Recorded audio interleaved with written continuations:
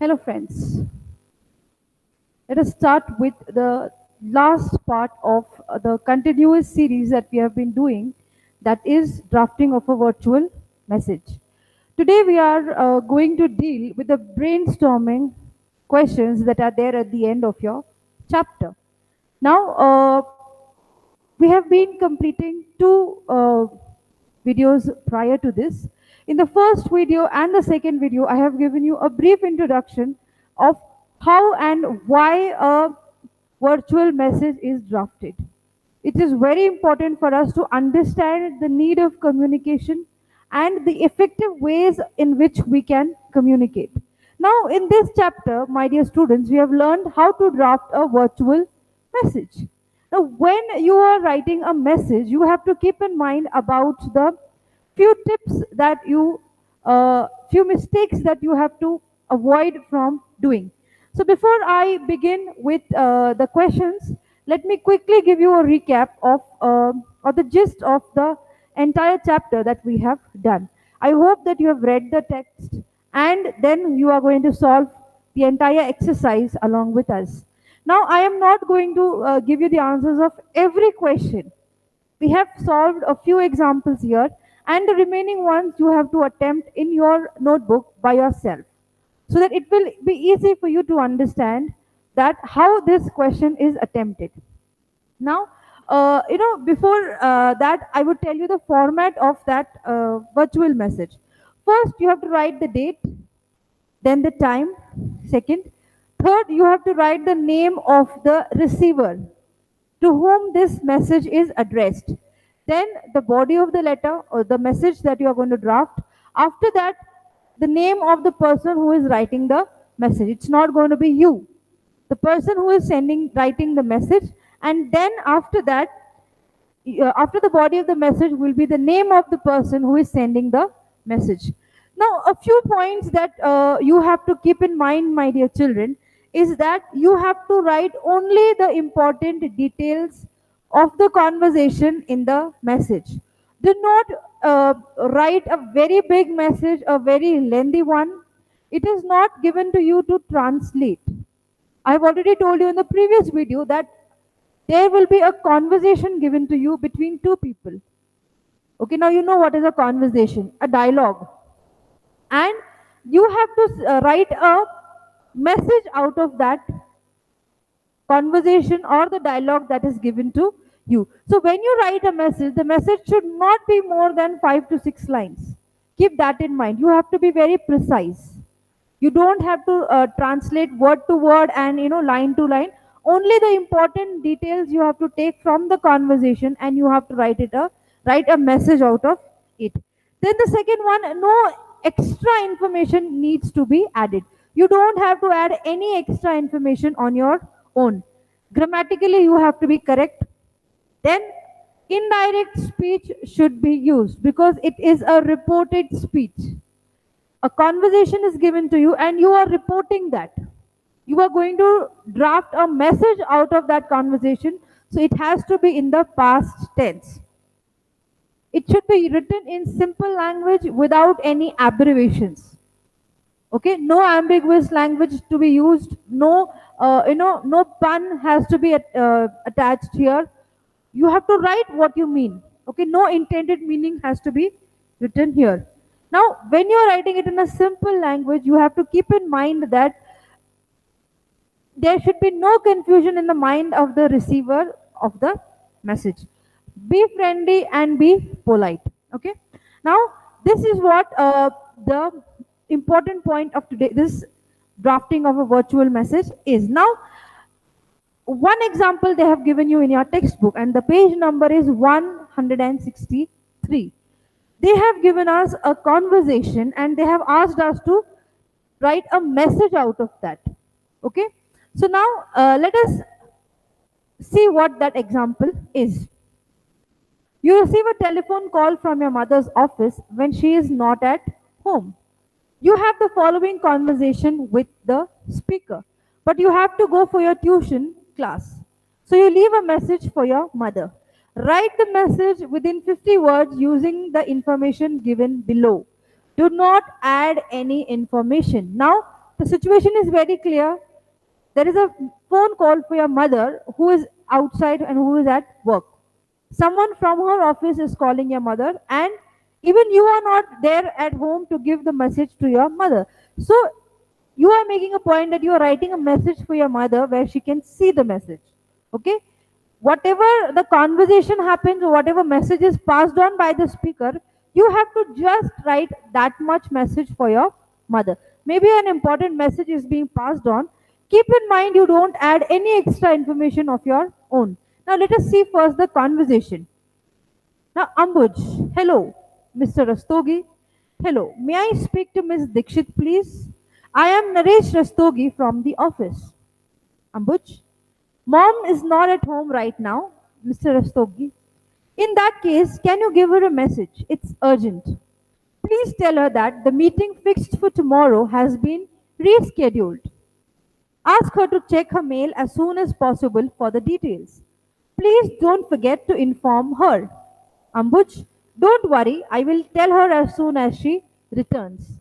This message has been given to Ambuj on 14th February at 3:30 p.m. Now, this telephonic conversation between Ambuj and Mr. Rastogi. Now, Ambuj has to write a message for her mother. Okay, because an urgent message has been passed from Mr. Rastogi, who's working with Ambud's mother. Now, see how he is writing a message. Mom, Mr. Rastogi from office called up to say that meeting fixed for tomorrow has been rescheduled.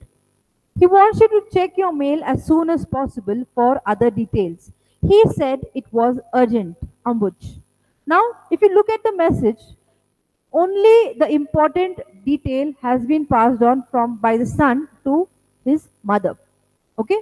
So now you have to keep in mind that he is just telling her that, Mom, there was a call from your office from someone called Mr. Rastogi, and he wants you to check your mail because the meeting which was there tomorrow has been rescheduled. Maybe it is postponed. And so you just have to, the mother has to check the mail, and he's underlining the fact that it is urgent. Okay? So with this you understand, my dear children, how a message, a virtual message is drafted. A telephonic conversation has been put down in a message form for his mother. Okay? Before we move on, I want you to just go back on the first page where the lesson starts. There are a few questions. There are a few icebreakers that I want you to understand, and I'm going to explain you the icebreakers because it's very important. You know why these questions come before beginning of a lesson? Because they direct you towards the lesson. Why, when you answer these questions, you are getting a clear cut idea of what we are going to deal in the present lesson. Now, come on page number 159. There they have given you a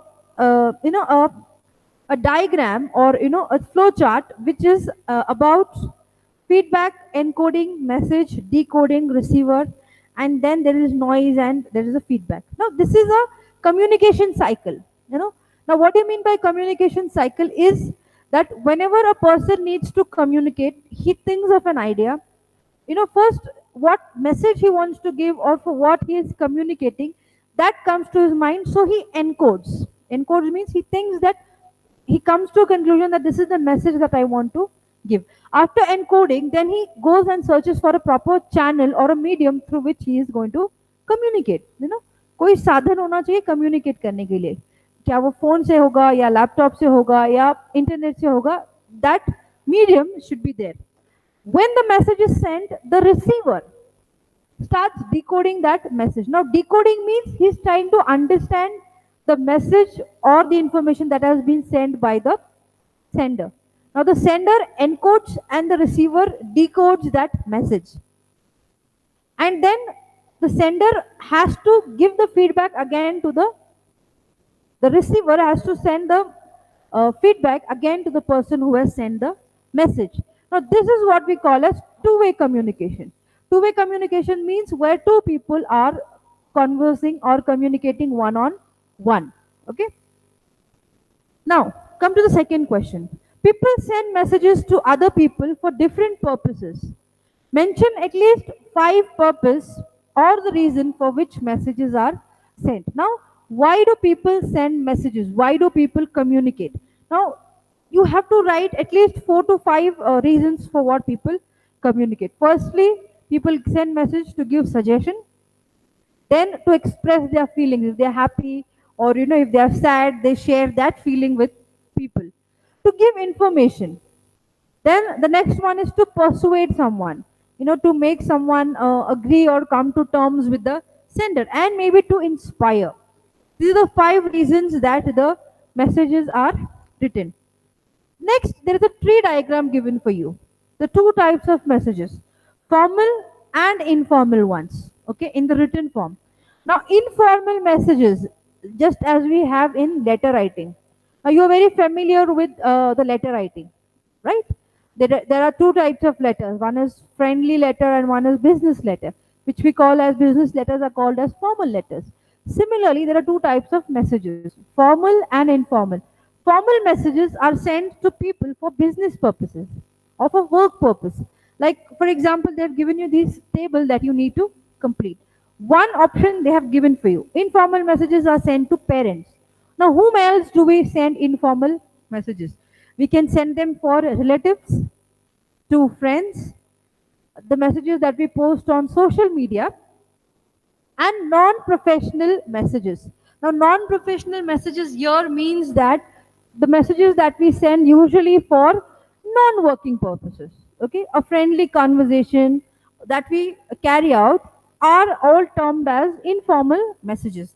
Now, formal messages are the ones that we send for our principal, teachers, various offices for which you write messages, to your employer, and the professional messages that are sent.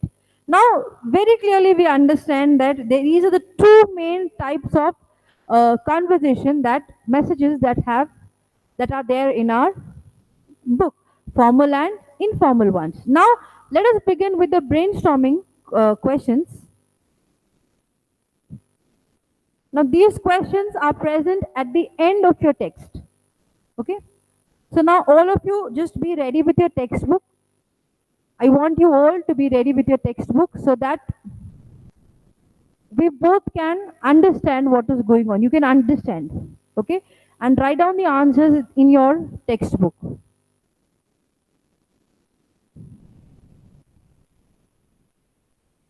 Okay. Drafting of a virtual message. Now, I already told you the format that is going to be there for your drafting of messages. The date, the time, very important. The name of the receiver, the person to whom you are writing the message. The message and the name of the sender comes at the end. Now, this conversation I'm going to read out for you, and then we are going to write the answer. The first conversation, okay? Now, this conversation is taking place between Rakesh and Mrs. Sarkar. Two people again in conversation, because two people are required for communication, right? The sender and the receiver, two people are talking. Now, what is this conversation between them? I will just read out. Hello, may I speak to Dr. Sarkar? Mrs. Sarkar says, he has gone to the hospital to attend OPD. May I know who is speaking? Yes, I am Rakesh Sood. My wife has been having a severe headache since yesterday. Since this morning, she has also developed a high temperature. I would be very grateful if the doctor would come over to our place to examine her. Mrs. Sarkar, of course, please let me note down your address. It is B49 New Colony. I will give him your message as soon as he returns. Thank you, says Rakesh. Now, Rakesh has called to Dr. Sarkar, okay? Maybe their family doctor. Now, on the other end, his wife, doctor's wife, receives the phone call, and Rakesh is telling his wife to pass on the message to Dr. Sarkar. Now, Mrs. Sarkar has to leave for school where she teaches. Now, doctor's wife is a teacher and she is not there. So she has to write that message for his husband. So she wrote a message for her husband. Now you have to draft a message in not more than 50 words. Now this conversation between Rakesh and Mrs. Sarkar, you have to draft it. Now you are Mrs. Sarkar. Okay, you have to write the answer as on behalf of Mrs. Sarkar. Now what message Mrs. Sarkar will write for his husband who is out, and when he comes he will just see this message. Let us see what message and how this answer is written. Now as you can see on your screen, first will come the date, then the timing at which the phone call had come, maybe 9:30 in the morning. Okay. Now, Sumit, maybe because they have just given us Mr. Sarkar. So, Mr. Rakesh Sood, who is staying at B49 New Colony, rang up this morning to say his wife has not been keeping well. She had headache yesterday and has been running a high temperature since morning. He wanted you to go over to their place and attend her at the earliest. Sunita. Now, Mrs. Sarkar has written this message for his husband, who is a doctor and who has gone out. So, as soon as he comes home, he'll find this message and he will go and attend Mr. Rakesh's wife. So this is how a virtual message is drafted.